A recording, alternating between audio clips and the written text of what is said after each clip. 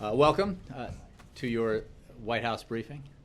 I'm glad you're all here, and I'm here to take your questions and to provide candid and succinct answers. Josh. Thanks, Jay. To start with immigration, Republicans are taking issue with a tweet this morning from Dan Pfeiffer saying that a Spanish language newspaper had nailed the cruel hypocrisy of the GOP plan to allow legalization just for the Dreamers. Wondering if you can clarify, does the White House oppose that piece of legislation? What Dan was pointing out is that La Opinion opposes the approach being taken by some Republicans, which would avoid the essential responsibility to address immigration reform in a comprehensive way. And what La Opinion makes clear is that a bill that would allow some so-called dreamers to stay in this country and become the Americans that they've long felt they were because of their status and the fact that they came when they were so young, but then deport their parents is hardly a workable solution. The president believes that we have to address this in a comprehensive way. That is the right thing to do. And the idea that you can, declare yourself to have been more committed than anyone to improve our immigration system and then have nothing to show for it is a little laughable. But are you concerned at all that by throwing cold water on that notion that they're looking at today, that you're essentially closing the door to having something emerge through the House that you could have a conference committee with the Senate bill that you do like? I mean, isn't that ultimately what the goal is here? Let's just be realistic about what we're saying here. Republicans opposed the DREAM Act when it was presented as a possibility, just like they opposed comprehensive immigration reform previously. The president has taken action to make sure that there is prosecutorial discretion, if you will, in the enforcement of our immigration laws that has provided relief to some dreamers, DREAM Act kids. Meanwhile, he has pressed for comprehensive immigration reform, and that effort has enjoyed substantial bipartisan support in the Senate and around the country. Businesses, labor, law enforcement communities, faith communities support this effort. It's good for the economy. It reduces the deficit. It extends the solvency and viability of Social Security. Some of the goals that conservatives say they most cherish are addressed in comprehensive immigration reform. And what I think the editorial in La Opinion reflects is the need for all of us, but perhaps mostly Republican leaders, to pay some attention to the Spanish language media in this country, because that media are making clear that they expect action from Congress and that they hold those who oppose common sense solutions to this challenge responsible for failure, if failure is what we see. Now, we don't think that's going to happen. We think that the consensus is so broad here behind the need for comprehensive immigration reform that ultimately a bill will land on the president's desk that meets his principles and he can sign into law. And to touch on what you just mentioned a minute ago about Speaker Boehner's comments about having worked harder than anyone on this, are you disputing the notion that Speaker Boehner is committed to immigration reform? Maybe it was predictive, maybe it was anticipatory, and maybe if the House does in the end do the right thing and take action on comprehensive immigration reform and support it, then the credit for that will accrue to the Speaker as well as to other people. But thus far, we have not seen any evidence from House Republican leaders anyway of a commitment to comprehensive immigration reform as we've seen it from Republicans in the Senate. And the AP is reporting that the DHS Inspector General is investigating Alejandro Mayorkas, the Obama administration's pick to be the number 2 at DHS, and to whether he helped the company obtain an investor visa for a Chinese official, considering that he would likely be the interim leader of that agency before a new replacement for Napolitano is picked. Do you have any comment on that investigation? Well, it's an investigation. As I understand it, I've just seen the report. I would refer you to the IG, which apparently, according to this report, is conducting an investigation into DHS. Thanks. I'm going to go to Steve, and then I'm going to bounce it around. We had another situation yesterday where front row kind of dominated. It's part of the candid and succinct approach. Yeah. Now that the deadlock has been broken on getting Syrian rebels the weapons, how quickly do you expect the weapons to get there? What impact do you expect them to have? Is there still time to stop Assad, who seems to be winning at this point? There is no question that Assad, with the support of Hezbollah and Iran, is continuing to wage a brutal assault on the Syrian people. And because of the support he's gotten from other bad actors in the region, that assault has intensified. And that is why it is so important that the United States and our allies and our partners provide the assistance that the opposition needs to strengthen itself and so that it can withstand the Assad forces and the Hezbollah and Iranian-backed forces. As I've said all along, conversations with Congress, especially ones that are behind closed doors, I'm just not going to get into. And I'm not going to catalog or detail all of the assistance that we're providing the Syrian opposition. But we have been providing assistance to the Syrian opposition and to the Syrian Military Council, and we will continue to. And the President, as he made clear not long ago, is committed to ramping up that assistance as necessary because of the circumstances that we find and because of the need for the opposition to further strengthen and unify.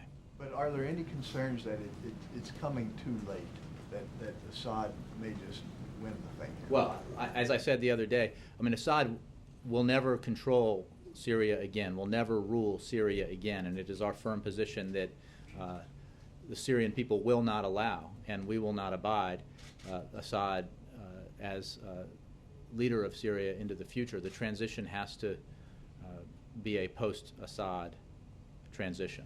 And that is what we're working towards with the opposition, with our allies and partners in the region, to help bring about that day when we can have a transition in place that can begin to rebuild Syria, that will bring about an end to the horror and the bloodshed, and can create an opportunity to transition to a government that is responsive to the will of the Syrian people. And then, Bill. Jay, two personal questions. One, you served with her here. Do you have any personal reflections on your time with Helen Thomas? You know, Helen was a legend, and I did, covering the Clinton White House and the George W. Bush White House, first term each, have an opportunity to work with her. And, you know, as the President noted in his statement, and we are all appreciative of her many years in that chair and her career, and offer our condolences to her family and friends. The second is, have you read Mark Leibovich's book, and do you think it accurately reflects this town and this White House? See the value of going to the back early? Let me say two things. I have not read the book, but I expect an invitation to the book party. So noted. Are you on the A list? It was. I certainly wasn't expecting this question. But, yes. Do you have one? Yeah. So, on a more serious note, administration officials have said that the purpose of providing some assistance to rebels in Syria is to keep them alive and to keep them hanging on. Why would we help them do anything short of topple Assad? I'm not sure who you're quoting, but the fact of the matter is the Syrian opposition needs the assistance that we're providing it and which many of our partners and allies are providing it in order to strengthen the cohesion of the opposition and to improve their circumstances as they deal with the assault that's being waged upon them by Assad's forces. And there is no way out of this that doesn't include a transition to a post-Assad Syria. And the Syrian people will not stand for it, and the Syrian opposition and the military opposition will continue to resist Assad, and that is why, and resist with the assistance of the United States and many partners and allies in the effort. You know, Bashar al-Assad will now go down in history as one of the worst tyrants of his era, and with just a terrible amount of blood on his hands, the blood of his own people. And that is why we have pursued the policy that we are pursuing, and why we believe it's essential to continue to provide assistance to the opposition, assistance to the military council, and humanitarian assistance to the many displaced Syrians who are suffering tremendously because of this conflict. Is the administration at a place where you see this as a slow bleed? Look, I think that it's a challenging situation in Syria, but which is why we have to provide this assistance. And I don't, if you're asking me, do we believe that Assad will prevail? The answer is no. He will not, and not because we say so, but because the Syrian people will not stand for it. But you're also acknowledging this isn't going to make him go. No, I didn't say that. I'm not acknowledging. I have no crystal ball here to predict when Assad will go. But I have no doubt, and we have no doubt, that the Syrian people will not. Is the aid intended? I guess I'm asking. Is the aid intended for the purpose of toppling him? The aid is intended to assist the opposition in its effort to resist Assad and to ultimately prevail over Assad and his forces. A much lighter question. Sure. Following up from Both yesterday, parties. Has the Obamas decided what to give the Duke and Duchess of Cambridge on the birth of their first child? I have no new information about potential gifts. I would like to say that I think James would be an excellent choice in name. Just a thought. Yeah. I can follow up on immigration. You mentioned prosecutorial discretion that the White House now uses in the issue of the Dreamers. Well, the White House doesn't. The administration right. does, yes. Certainly sanctioned by the White House. It's actually a Department of Homeland Security and Border Patrol matter. It's not a White House, but it is a policy that we believe is the right one, to use the right necessary discretion so that we're allocating the resources in our enforcement areas, in our enforcement efforts to the appropriate areas. So if you're doing it that way for the Dreamers, allowing them to stay, but you continue to deport hundreds of people, part of the 11 million, the United States continues to deport them back to Mexico or other South American countries. Aren't you now doing exactly what the Republicans are trying to do with their House bill, which is allow the Dreamers to stay, but the remaining 11 million continue to be deported? It's a very fair question. First of all, when the guidelines were put into place, the President made and Secretary Napolitano made clear that this was a temporary measure. This was not a resolution to the long-term problem. The long-term problem has to be addressed through comprehensive immigration reform. Everyone on Capitol Hill knows that, including Republicans in the House who have yet to stake out a position on this, and that's just a fact. Secondly, we, of course, must continue to enforce the law. That is our responsibility, and that is any administration's responsibility. What we can do, and what we have done, is make sure that guidelines are in place so that the law is being enforced in a way that makes sure that when it comes to deportations, we're focused on criminals and the like, as opposed to, in the case of Dreamers, Dream Act kids, individuals who were brought here when they were often infants and have known nothing else but the United States and are American in every way except for citizenship and papers. But there have been those on the left and in the Democratic Party, including Congressman Gutierrez, who has continued to ask the White House and the administration to stop deporting the 11 million until this is resolved in a permanent way. But the White House continues to not use prosecutorial discretion in this way and is deporting. I think the point, and lawyers are more likely to address this with precision, but I think the point I would make is that we are not in a position where we can stop enforcing the law. The circumstance that you identify and that others have identified merely reflects even more the need to address this in a comprehensive way through immigration reform that achieves not just a resolution for the 11 million undocumented immigrants in this country and a clear path to citizenship that has many hurdles on that path. It includes paying fines and taxes and earning that path to citizenship, but includes enhanced border security, which the President has long insisted be part of comprehensive immigration reform. It includes systems like E-Verify to make sure that our businesses are all playing by the same rules, so that businesses that play by the rules aren't punished and don't suffer because others engage in hiring practices that aren't legal. It also provides for improved and streamlined legal immigration, so that we are making sure that we capture here in the United States the talent and the entrepreneurial capability that so many immigrants represent.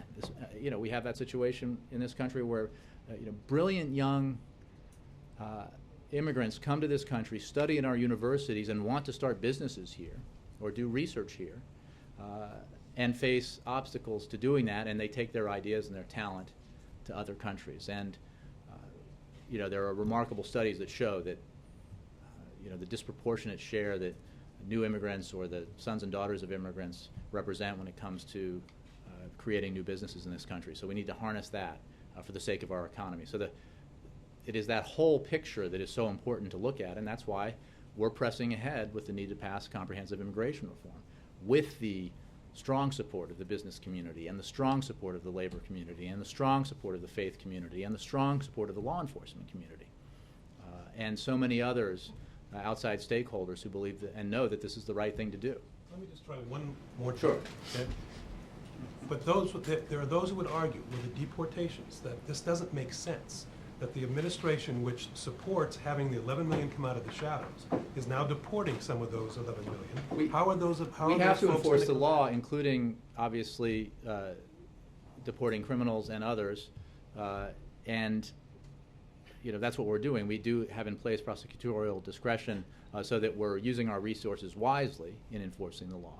We need to address this in a comprehensive way for that reason and the others that I discussed. Let me move around. Goyle, you're going to get that question on India. Thank you, sir. Two questions, if I may, please. One, just follow immigration. Across the street at the U.S.-India Business Council, there was a meeting last week, 38 years of U.S.-India business trade relations, and they supported President's economic and business trade with India, U.S.-India. And also, they supported basically the President's call on immigration. What they're asking the President is also that as far as the business community is concerned, 500 Fortune companies they member, they are worried about that visa for those company visas. Mm-hmm. If a President is going to address that also. I'm not aware of the specific issue that you've raised, but one of the reasons that we need comprehensive immigration reform is to streamline our immigration practices for the sake of businesses that depend on and can utilize the talent of immigrants who bring new ideas and entrepreneurial spirit here to the United States. So there's that. And you had a second? Second, yes, sir, on India. As far as Vice President Biden's visit to India, I understand that he's enjoying his visit with his wife, of course, Second Lady.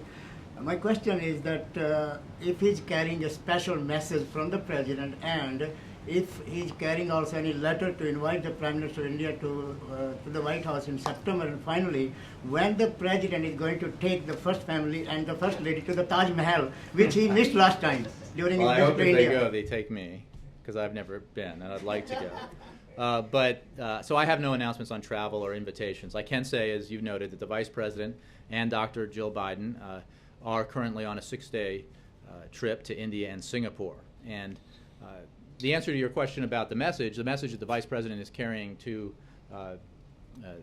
in his meetings with Indian officials is that we want to continue to enhance our economic and strategic engagement with India. There are enormous opportunities for our two countries to work together, and to work together even more closely than we have as this relationship has evolved in a positive direction now for so many years. When it comes to economic growth, trade, energy, and climate change, as well as security issues and education issues, there's a lot that the Vice President is discussing in India. And tomorrow in Mumbai, he will deliver a speech on U.S.-India relations and meet with business and community leaders and students. So I know, having spoken with him before he departed, that he was very much looking forward to this trip. He and the President highly value our relationship with India and are looking for ways to make it even stronger and more cooperative. Let me move on here, Major. Are you suggesting that the arms to the Syrian opposition will be decisive? I think I just answered that. I can't predict into the future. I think that the assistance that the Syrian opposition is receiving comes from the United States as well as many other places, and that assistance is provided and designed to assist or help the opposition in its efforts against the horrific war being waged on the Syrian people by the Assad regime. We obviously support the Syrian opposition and support their efforts to combat Assad militarily, because that is necessary as we move to a point where a political transition can take place. And you know, the brutality being engaged in by the Assad regime needs to be countered, and we are providing assistance for the Syrian opposition in their efforts to do that. If it is not decisive, is it understood by those in Congress you've been working with that it will escalate in order to bring about the inevitability? Again, I of the can't Assad predict. regime The President has made clear that we have significantly, the outcome, but we've if it's not decisive, will it escalate?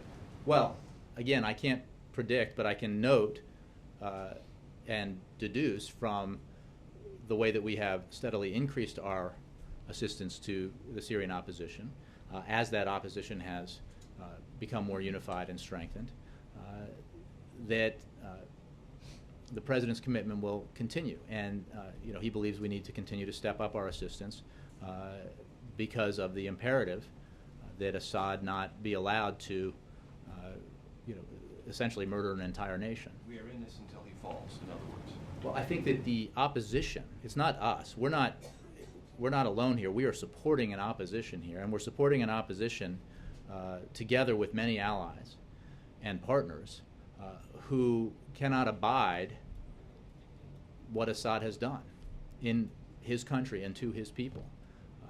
There is a broad international consensus with a very short list of holdouts when it comes to opposing Assad and insisting on his departure from the scene.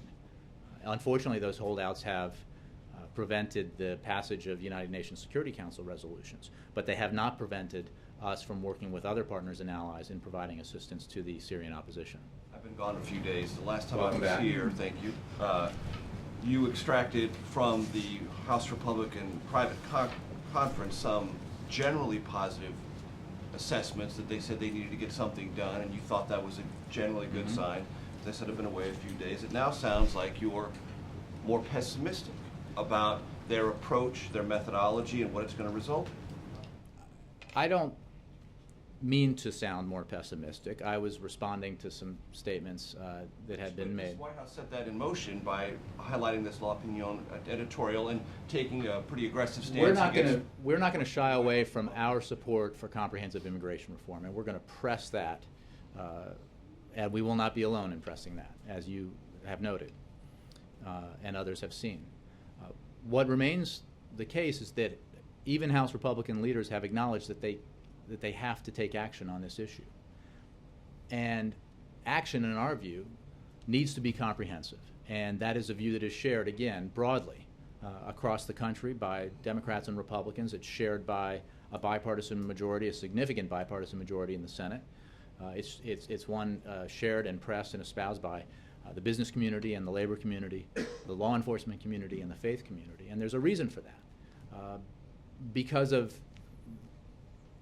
the essential need of providing the benefits that comprehensive immigration reform would provide. But when you say this, when you respond to the speaker's assertion that he's worked hard on this, you say that's almost laughable.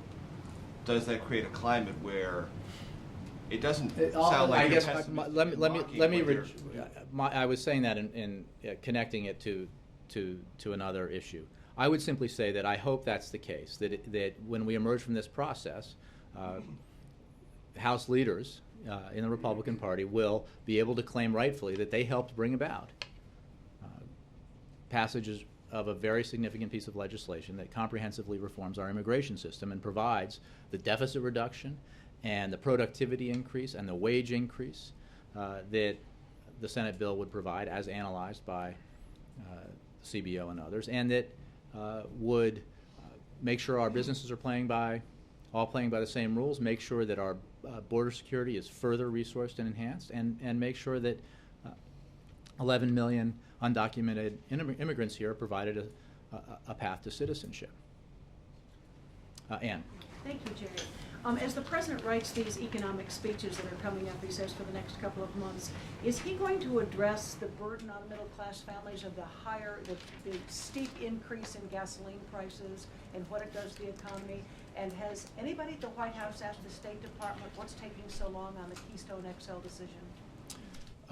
On the second part, there's a process in place that has been in place for through administrations of both parties, whereby an international pipeline that crosses an international border is reviewed and by the State Department, and that process is housed at the State Department.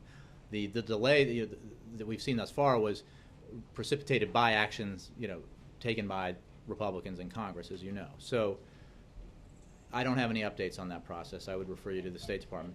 Months or years is okay with the president? Well, again, I think that when you have to review these applications, you have to do it in a deliberate way, and I don't think that this review process is any different from ones that preceded it, including ones that were approved under this administration. Secondly, gas prices are, when they go up, that creates a burden on American families, and it is why the president has embraced an all-of-the-above approach to our energy policy and energy needs, one that has seen a steady increase in domestic production of oil, one that has led to record levels of production of natural gas, a significant reduction in our dependence on imports of foreign oil and foreign energy, and huge increases in the production of renewable energies in this country. And all of these developments help mitigate the harm caused by higher prices at the pump. And when we see these spikes that come about for various reasons, it only reinforces the need to embrace an all-of-the-above energy strategy so that we can continue to move towards energy independence, which is something this president has talked a lot about and which his record in office reflects a commitment to. So he can't offer the middle-class Americans who will be listening to these speeches any activist. Again, I'm not going to preview specifics of the speech. I think that on the issue of energy, the president's commitment is clear. He is for an all-of-the-above approach, and that includes increased production of traditional forms of fossil fuels. He is doing that and has done that. We now have record production of natural gas. We now have a balance of imports versus domestic production that is better than we've seen in 20 years or more. And that reflects his approach, as does the investment in and substantial increase in the production of renewable energy, as does, very importantly, action he took in his first term, executive action, to reduce, or rather to increase fuel efficiency standards for automobile production that is already producing savings for the American people and will produce enormous savings in the coming years as the fleet of cars driven out there on the roads in the United States becomes more fuel efficient and therefore saves every American who has to buy gas money at the pump. What's that? If they change their vehicle, but if they, none of this has. Well, to do with- eventually, obviously, every year, there are more new vehicles that meet fuel efficiency standards on the road, has been the case historically. And the fact is, as the reports out of American automobile manufacturers demonstrate, people are buying cars, and they're buying American cars, and they're buying fuel-efficient American cars, and that creates benefits for the American people, because if you didn't have those standards put into place, again, because of the action taken by the president and this administration, you would not see all that money that will be saved this year and in years in the future would instead be paid out by the American people at the pump. Yes. Yeah, Jay, Speaker Boehner's office says that one thing we should look out for tomorrow in the speech is an Obama-induced government shutdown threat. They're pointing to the statements of administration policy on the individual spending bills, the ones that say that the president's advisors can't accept those if the administration, if the Congress cannot accept spending limits that are, more appropriate to the president's liking. Is the president going to be pointing to specific spending bills and saying, look, these are unacceptable, we need to have agreement on this stuff, and without that, there's going to be a government shutdown? I can pretty much predict that he won't say what you just said. But without further previewing the speech, I'll say a couple of things. We absolutely oppose efforts by Congress to break their agreement in terms of spending levels, and to do so in ways that gut investments in the very things that help the middle class grow and help the middle class feel more secure, while holding harmless companies that receive tax subsidies or the wealthiest Americans. It's simply unacceptable. The president believes that, and history proves, that this country grows best and competes best when the middle class is rising and thriving. And in order to do that, we need to make wise investments in education and innovation and infrastructure, and not cut those programs and decimate those programs so that we can protect special interests. That's the approach we've seen in Republican budgets, and that's an approach that this president will never support, because it's bad for the American people and bad for the economy. Because we don't have to we can responsibly reduce our deficit while making sure that we reserve money for the necessary investments in education, the necessary investments in infrastructure and transportation, the necessary investments in science and medical research. We've proven that. The deficits come down significantly in the last several years, at a pace that we have not seen since demobilization after World War II. And we need to continue that trend by making responsible budget choices that include balance and a respect for the fundamental principle that the greatness of America is highly dependent on the strength and greatness of the middle class. That was the case when America became the preeminent economic power in the world and the envy of the world, and it has to be the case in the 21st century, because the alternative is to see a constantly diminished sense of the greatness of America and a constantly stressed middle class that sees its capacities diminished and its size shrunk. We can't accept that. So if Republicans don't accept the obvious wisdom of this argument, is a government shutdown impossible? Look, I think that you would have to ask Republicans about, what their plan is for investing in America's future, what their plan is for making sure that Americans have health care security, what their plan is. I mean, they spend a great deal of time, for example, voting again and again and again in different forms to repeal the Affordable Care Act. What they don't spend any time on is an alternative that, if you don't provide it, would mean that if you repeal Obamacare, half of the country that has to deal with pre-existing conditions could be out of luck. That all those seniors who are getting benefits through the Affordable Care Act now in reduced prescription drug prices are out of luck. And if you ask Republicans who spend so much of their time on Capitol Hill drafting different ways, different bills to in theory, repeal the Affordable Care Act. They can't tell you what their alternative is because they haven't put one forth, and any effort to put one forth has been met with and shut down by a wing of the party that seems not to believe that, elected officials were sent here to find solutions to the challenges that the middle class faces. Ed, yeah. On that question of the middle class, the mayor of Detroit, Dave Bing, was on ABC this weekend saying that it's not just Detroit in trouble. He believes there are about 100 urban cities in America that are on the brink in some way, maybe not ready to file for bankruptcy, but with deep debt problems right now. As the president gets ready for these economic speeches, is there a feeling that these cities have to work it out on their own, or is there going to be some sort of coordinated federal response? Because presumably if more cities have to file for bankruptcy, that's going to have an impact on the economy. Well, I've addressed the issue of Detroit's insolvency and the fact that Detroit, with Michigan, will be, as they have said, leaders in the city and the state have said, will be resolving that issue with the city's creditors. It is a matter of course that this administration will work with Detroit and talk about policy ideas and engage with Detroit and other cities to provide the kinds of assistance that can help Detroit continue to move forward.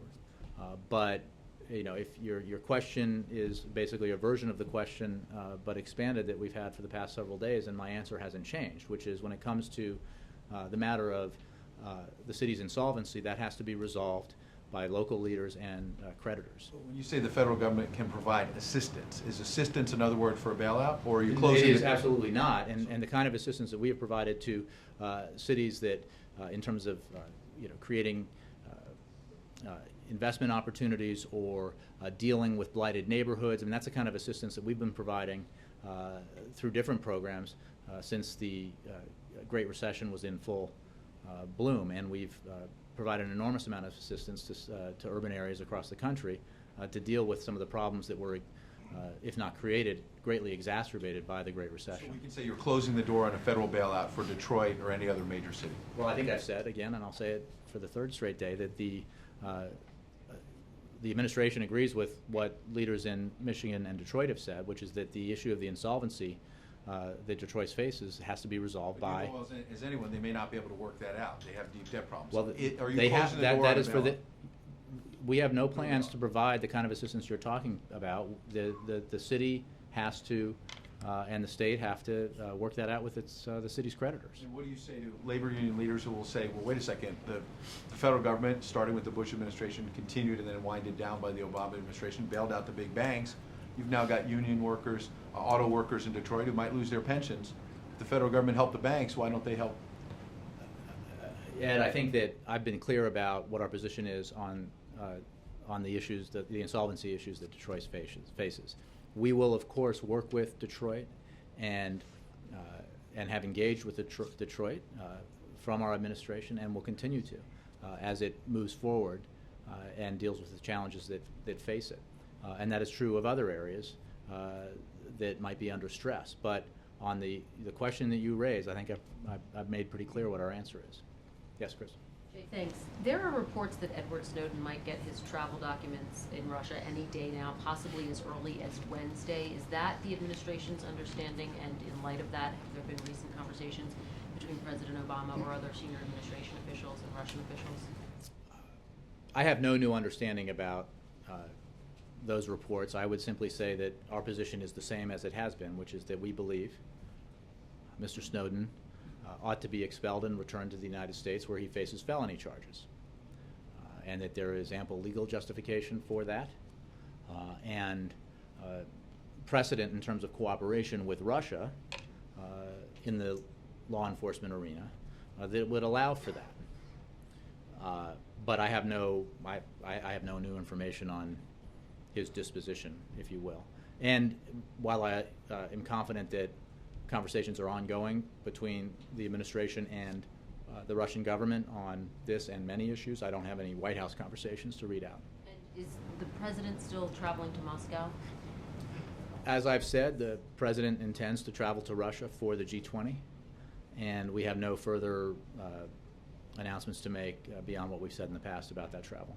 And Jay, some Russian officials are accusing the United States of a double standard, saying that the U.S. has repeatedly refused extradition requests. One official saying, quote, "We've been denied the extradition of murderers, bandits, and bribe takers." Is that a fair assessment? What's your reaction? Is that harming your efforts to try to get Snowden? Again, you would have to give me a specific case. The fact is that we have worked with Russia to, in this arena in both directions, and as well as with other countries. So we believe there's ample precedent here, and our position has been conveyed to the Russian government, much as it has been conveyed by me and others publicly, which is that Mr. Snowden's not a dissident. He's not a human rights activist. He, in the view of the government which brought the case, he very clearly violated the law in disclosing classified information. And he, as a citizen charged in this country, will be afforded all of the many rights given to defendants in our country, in our system of justice, when he returns. And Jay, just one on Syria. I just want to understand what you're saying, because you've said Assad will never rule Syria again. He will not prevail. What is giving you that confidence? Because it seems like right now he has the upper hand. Well, I took that question moments ago, and I would simply say that Assad has waged a bloody war against his own people. But, I mean, And it is for the Syrian proof of what? Does Assad rule Russia? I mean, does Assad rule Syria right now? But And he will- seems to have the upper hand. Well, I'm not sure. There are ebbs and flows in conflicts like this. There is no question that with the assistance of Iran and Hezbollah, a couple of very bad actors, notable friends, you might say, friends that say a lot about Assad in a situation like this, he has inflicted even more harm on the Syrian people. And for that reason and others, it's incumbent upon the United States and friends and allies who support the Syrian people in their battle against Bashar al-Assad to provide the assistance and the stepped-up assistance that we're providing. But the reason why I'm confident is because the Syrian people will not allow it. And they've made that clear. Roger. Mr. Boehner addressed the debt limit this morning. He said, "We're not going to raise the debt ceiling without real cuts in spending." What's your response to that? That we will not negotiate over Congress's responsibility to pay the bills that Congress racked up. It is highly irresponsible to even flirt with that prospect. We saw what happened when a rump group, again driving the train in the House in many ways, flirted with that possibility back in the summer of 2011, and the impact was highly negative for the economy and most importantly for American families. Again, when it comes to deficit reduction, while this president's been in office and negotiated with Congress, we have seen the sharpest reduction in our deficit since demobilization, since the 40s. That's a fact, an incontrovertible fact. This president's committed to responsibly dealing with our deficit and debt challenges in the mid and long term. As we see our near-term deficits drop significantly, we still have to deal with our mid and long-term challenges. And unlike, thus far, Republicans, he has put forward a proposal that represents sincere compromise, that everyone here, for the most part, I would say, has acknowledged, is both detailed and reflects tough choices for a Democratic leader, for this president to make. Because he believes that if we do this responsibly and in a balanced way, we can continue to invest in the right areas of our economy and invest in the middle class and invest in those who aspire to the middle class, even as we responsibly reduce our deficit and deal with our long-term debt challenges. That's the way to do it. And he has engaged every Republican lawmaker who has expressed an interest in finding common ground on these issues. And he will continue to do that, and we hope that a compromise is available through those consultations, but it requires a seriousness that, A, begins with the conviction that we will not default. We are the United States. We do not default. It is unthinkable for the greatest country on earth to default for the first time in its history. And I I believe that Republican leaders share that conviction. The president believes that Republican leaders share that conviction. We certainly know that business leaders around the country share that conviction. The Treasury says that we probably have another couple of months before we have to raise the limit, until we get to the limit. Jack Lew has approached it this way. He's tried to compartmentalize it, doing a one clean bill thing and then a compromise thing. Do you think, is there any way that that can work? I can't possibly negotiate through a bunch of hypotheticals now. What I think is essential is that Congress act responsibly, make sure that not only do we not default, but we don't flirt with default, and that Congress engage with the administration and find solutions to the budget challenges that continue to face us, responsible, balanced solutions to those challenges. April. Jay, with all of that said about what you're saying with the economy in this major speech tomorrow, what is the state simply of our economy? Strong, but not strong enough. Growing, but not growing fast enough. Creating jobs, but not creating enough jobs. And that's been clearly stated by the president and others in this administration for some time now. We need to continue the recovery. We need to continue the progress that we have made. And we have made significant progress. It seems like an eternity to go because of all that has transpired since then, but it was only 4.5 years ago that the president took office amidst the worst recession since the Great Depression, when we were losing, in the month he was sworn into office, north of 800,000 jobs in a month. And the fact is, for 40 straight months now, we've seen private sector job creation to the tune of 7.2 million jobs. And that's a lot of jobs. But we need to create more jobs. We need to create jobs faster. And we need to take action to invest in the middle class and those who aspire to the middle class so that we solidify the gains we've made and expand on them. And that's what the president will talk about tomorrow, that we have to keep our eye on the ball here, what the North Star is when it comes to moving our economy forward. And it's built around the basic notion that a thriving middle class that feels secure and is expanding has always been the driving force behind the American economy at its best. And that was the case in the last century. That condition began to erode over the course of several decades. That's something that the president talked about in his speech at Knox College in 2005, before the recession, because we had a condition where because of trends globally as well as policy decisions made here in Washington, you were seeing a reinforcement of a winner-take-all approach to the economy, where benefits accrued rapidly and in some cases exponentially to the top 1%, while the middle class, almost everybody else, saw their situation either stagnate or get worse. And this is a long-term project. It's not enough just to see the stock market bounce back. It's not enough just to see retirement accounts replenished because of the return of the markets. It's not enough to see the rebound in housing that we've seen.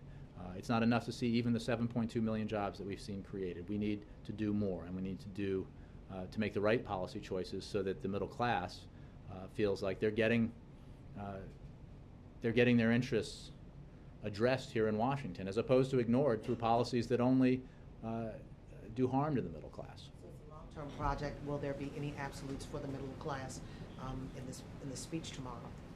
Any absolutes?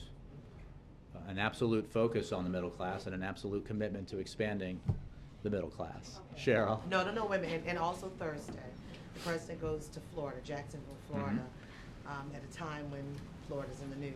Is he going to make mention, as he's talking about the economy broadly, will he make mention of some other things that are going on?